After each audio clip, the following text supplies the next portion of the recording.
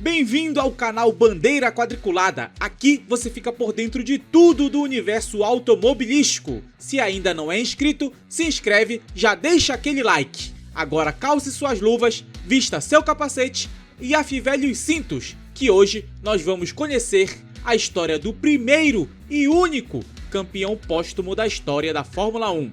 Foi num sábado, dia 5 de setembro de 1970, que a Fórmula 1 perdeu um dos mais talentosos e arrojados pilotos em sua história.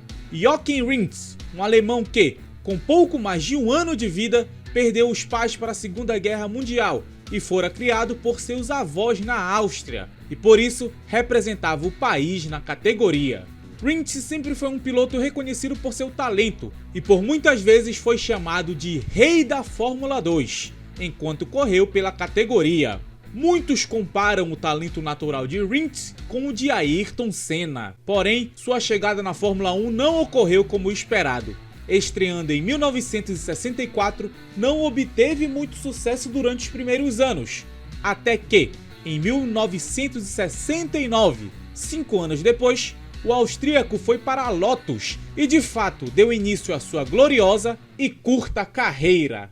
Em 1970, fazendo uma temporada espetacular, Rindt chegava a Monza com 5 vitórias em 9 corridas no ano. Porém, o piloto não sobreviveu a este acidente acontecido nos treinos de sábado.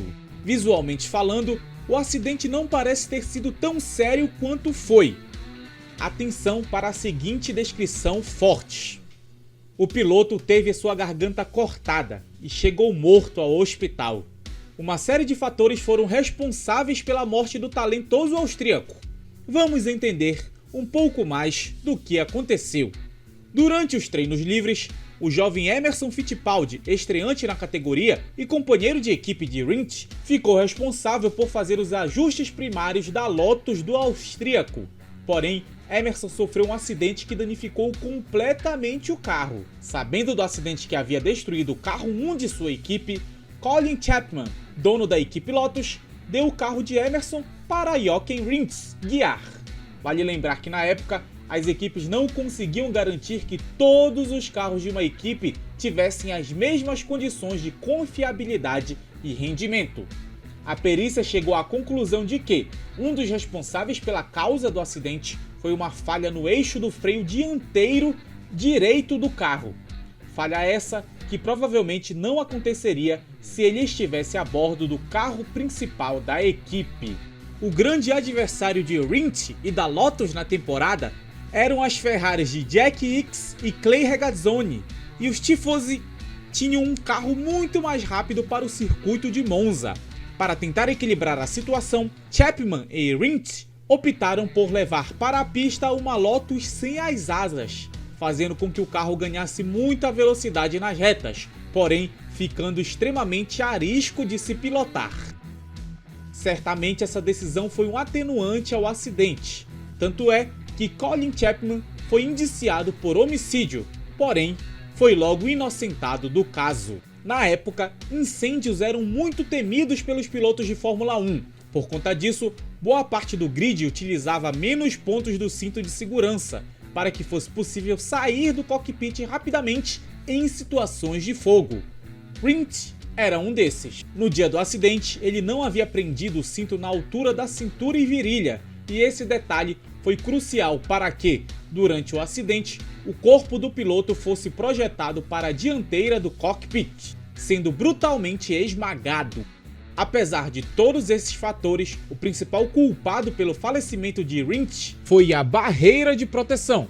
Além de estarem instaladas em um lugar incorreto e de maneira inapropriada, o piloto ainda teve a infelicidade de se chocar não com um guardrail, mas sim com um pilar de concreto que servia como coluna de sustentação. Mesmo com todos sabendo da tragédia que tinha acontecido com Jochen Rindt, o cronograma da Fórmula 1 não foi alterado e a corrida de Monza ocorreu normalmente, tendo Clay Regazzoni com sua Ferrari como vencedor.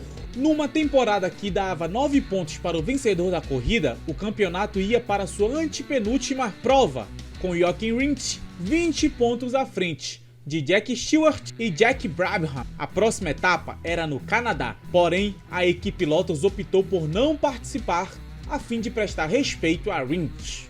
A corrida terminou com uma dobradinha da Ferrari, com Ickx em primeiro e Regazzoni em segundo.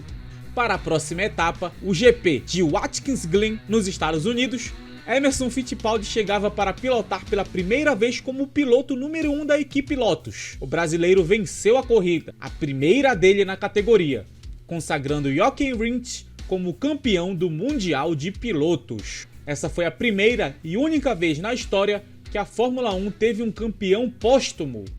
Por ironia do destino, mais cedo naquele mesmo ano, Jochen Rindt havia confidenciado à sua esposa o plano de se aposentar da Fórmula 1 após conseguir seu primeiro título mundial. É realmente uma pena essa fatalidade ter tirado a alegria do piloto de conquistar o tão sonhado título ainda em vida.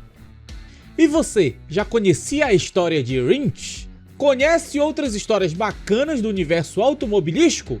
Deixe aí sua sugestão nos comentários. Quem sabe o próximo vídeo não é sobre a sua história, hein?